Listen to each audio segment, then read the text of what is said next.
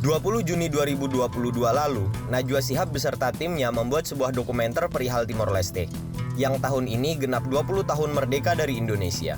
Dan dalam sebuah wawancara kepada mahasiswa Timor Leste di video tersebut, ada sebuah kalimat yang cukup mengejutkan.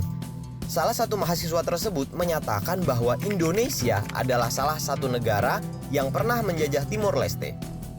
Hal ini jelas bertolak belakang dengan narasi yang selama ini kita dengar, yakni Timor Leste itu adalah salah satu provinsi di Indonesia yang melepaskan diri. Belum lagi perbedaan narasi soal Pak Habibie yang di Timor dianggap sebagai pahlawan karena memerdekakan bangsanya dan di Indonesia dianggap gagal karena ada provinsi yang lepas. Dari video tersebut muncul pertanyaan di benak saya, kenapa sih sejarah itu versinya bisa beda-beda, termasuk sejarah yang diceritakan di Timor Leste dan di Indonesia. Kenapa bisa beda gitu loh?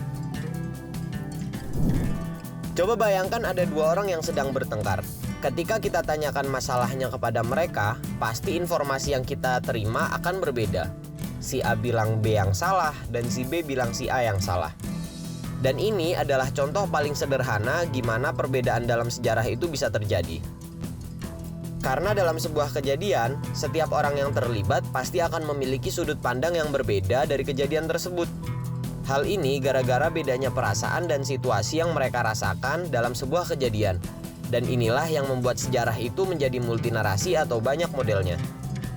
Begitupun juga dengan yang terjadi antara Indonesia dan Timor Leste.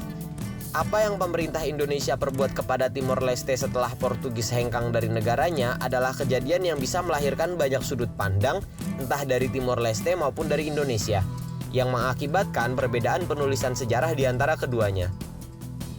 Perbedaan sejarah itu memang sebuah keniscayaan sih, karena memang hakikat dasarnya itu memang multinarasi. Tapi, harus ada satu hal yang kita highlight dalam kemultinarasian ini.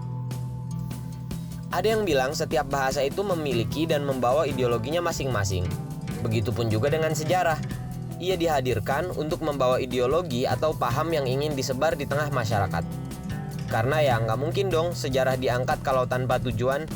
Dan ini juga yang menjadi salah satu jawaban dari perbedaan sejarah tadi.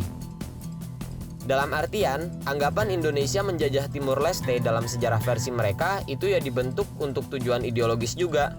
Kayak semisal untuk menumbuhkan jiwa nasionalisme mereka terhadap negaranya.